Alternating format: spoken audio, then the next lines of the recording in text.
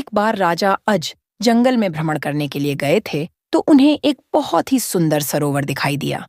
उस सरोवर में एक कमल का फूल था जो अति सुंदर प्रतीत हो रहा था। उस कमल को प्राप्त करने के लिए राजा अज सरोवर में चले गए, किंतु यह क्या, राजा अज जितना भी उस कमल के पास जाते वह कमल उनसे उतना ही दूर हो जाता और राजा अज उस कमल को नहीं पकड़ पाया। अंततः आकाशवाणी हुई कि हे राजन, आप निसंतान हैं, आप इस कमल के योग्य नहीं हैं। इस भविष्यवाणी ने राजा अज के हृदय में एक भयंकर घात किया था।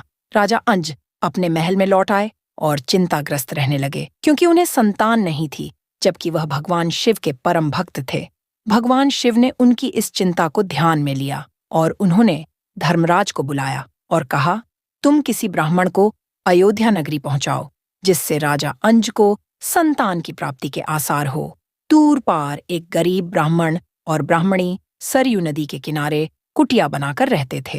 एक दिन वे ब्राह्मण राजा अज के दरबार में गए और उनसे अपनी दुर्दशा का जिक्र कर भिक्षा मांगने लगे। राजा अंज ने अपने खजाने में से उन्हें सोने की अशर्फियां देनी चाही, लेकिन ब्राह्मण नहीं कहते हुए मना कर दिया कि यह प्रजा का है, आप अपने पास जो है उसे दीजिए।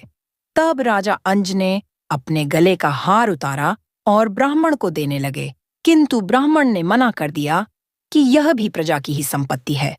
इस प्रकार राजा अज को बड़ा दुख हुआ कि आज एक गरीब ब्राह्मण उनके दरबार से खाली हाथ जा रहा है। तब राजा अज शाम को एक मजदूर का बेश बनाते हैं और नगर में किसी काम के लिए निकल जाते हैं। चलते चलते वह एक लोहार के यहाँ पहुंचते हैं और अपना परिचय बिना बताए ही वहां विनय कर काम करने लग जाते हैं। पूरी रात को हथौड़े से लोहे का काम करते हैं, जिसके बदले में उन्हें सुबह 1 टका मिलता है। राजा 1 टका लेकर ब्राह्मण के घर पहुंचते हैं, लेकिन वहां ब्राह्मण नहीं था। उन्होंने वह 1 टका ब्राह्मण की पत्नी को दे दिया और कहा कि इसे ब्राह्मण को दे देना। जब ब्राह्मण आया तो ब्राह्मण की पत्नी ने वह टका ब्राह्मण को दिया और ब्राह्मण ने उस टका को जमीन पर फेंक दिया।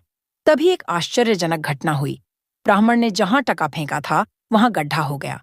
ब्राह्मण ने उस गड्ढे को और खोदा तो उसमें से सोने का एक रथ निकला तथा आसमान में चला गया।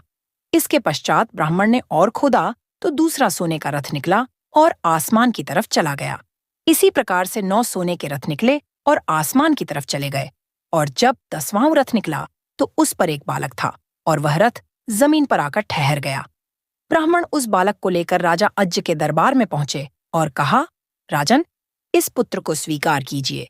यह आपका ही पुत्र है जो 1 टका से उत्पन्न हुआ है, तथा इसके साथ में सोने के 9 रथ निकले जो आसमान में चले गए, जबकि यह बालक 10वें रथ पर निकला, इसलिए यह रथ तथा पुत्र आपका है। इस प्रकार से दशरथ जी का जन्म हुआ था। महाराज दशरथ का असली नाम मनु था और ये 10 दिशाओं में अपना रथ लेकर जा सकते थे, इसीलिए दशरथ नाम से प्रसिद्ध हुए।